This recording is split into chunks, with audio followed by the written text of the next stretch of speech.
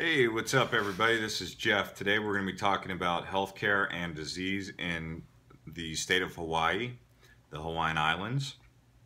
So, first and foremost, I just want to point out that you have to keep in mind that Hawaii is the most isolated island chain or place on Earth, basically. If you look at a map, Hawaii is right there in the middle of the Pacific Ocean. We're 5 hours away from Los Angeles, which is the closest place that you would get to there, or San Diego in the United States.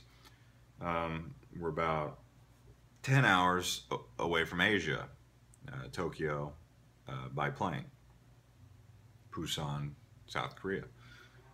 So, with that being said, I will say that Oahu, Queens Medical Center, is a state-of-the-art medical facility that does very state-of-the-art healthcare, which can be beneficial for you in the event of an emergency.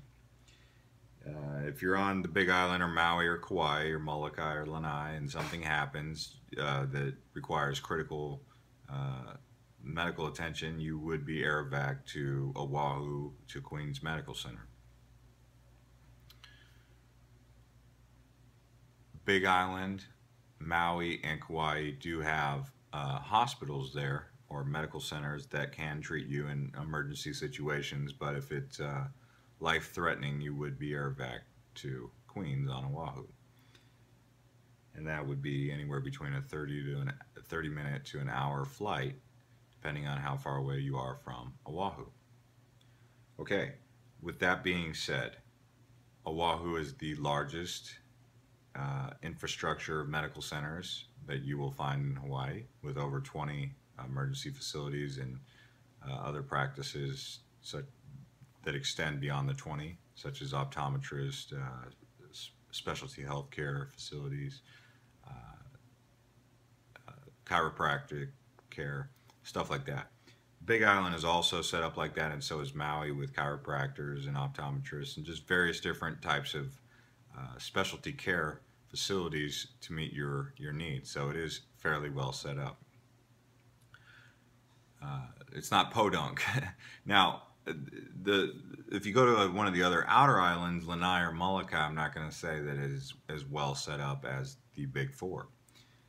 So just keep that in mind if you do choose to move to Lanai or Molokai, which is rare anyway, because the odds of you getting there are slim anyway.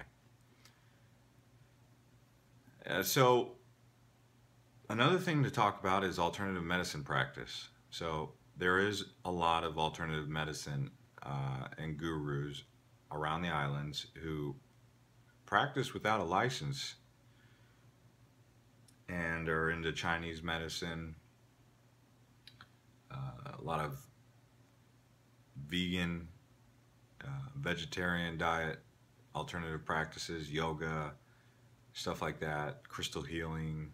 I mean, I'm not saying it's wrong or bad. I'm just saying there is a lot of that here, and just be careful when you start playing with the new age stuff that's outside of the Western medicine. I'm not saying that you should not explore all avenues should your health need require it, but just remember, if they're not fully licensed, you're talking to a doctor that doesn't have a license. So just keep that in mind, and there are doctors here that do that. Okay, so in terms of disease, so disease has always been something that has been a sore subject here in Hawaii, and also a subject of sort of scrutiny. Many Hawaiian natives died off from disease. It was an isolated island, isolated population center, just like I mentioned earlier in the video, where many of the inhabitants had not encountered the world's disease. And when foreign visitors came, they came in contact with Hawaiian people and brought disease such as smallpox and even venereal disease.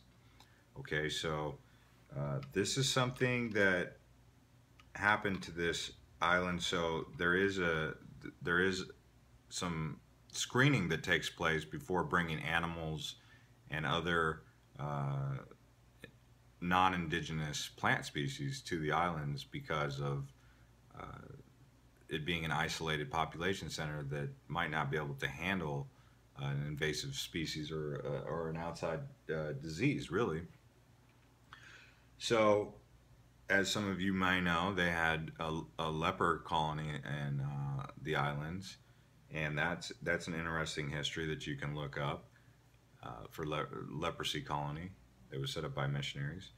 And then another thing is in terms of new disease, we did have a dengue fever outbreak, and I'm not an expert on dengue, but you can look up dengue fever. We did have that here on the Big Island. They did shut down Waipio Valley. Ho'okena Beach Park was shut down for a little while, and people did come down with dengue fever. That's a mosquito virus. There has been no cases of Zika here. We did have last month, we had, I think in August 2016 was last month, we had hepatitis A and a hepatitis C outbreak that occurred. One at a sushi restaurant, I believe. I'm not going to put out the name, and one in an ice cream parlor. Different hepatitis breakouts. So I don't know the full details on why those broke out, but you know, they do catch people's attention when they occur, especially here in the islands. They'll be like, you know, the top news trending item because people are sensitive to diseases here, and when the topic comes up, sensitive to the topic. So that is just basically the basics. I mean, there's it being an isolated population center is something to keep in mind when you do move here. I'm not saying that you shouldn't move here if you have a health condition because of being a isolated population center, but I am saying that it is an isolated population center that just so happens to have Oahu and Queens Medical Center being a state-of-the-art medical facility. So just, you know, if you have a serious health condition, you might want to consider Oahu, being close to Oahu. Yeah, but that doesn't mean you can't live in the Big Island or Maui or Kauai. So that's going to wrap it up for this video. This is a quick one. I'm not going to claim to be an expert, and I'm definitely not an MD. So this is just a video to get you started on some of your research, to answer some of your general questions. And I'm going to post a link to the Queens Medical Center library so you can see all of the medical hospitals and the clinics that are on the in the state. So aloha, and let's stay in touch. Oh, by the way, ask me any question you want about Hawaii, and if I can answer it, I will. If I cannot, I'll do my best to guide you in the right direction. So aloha.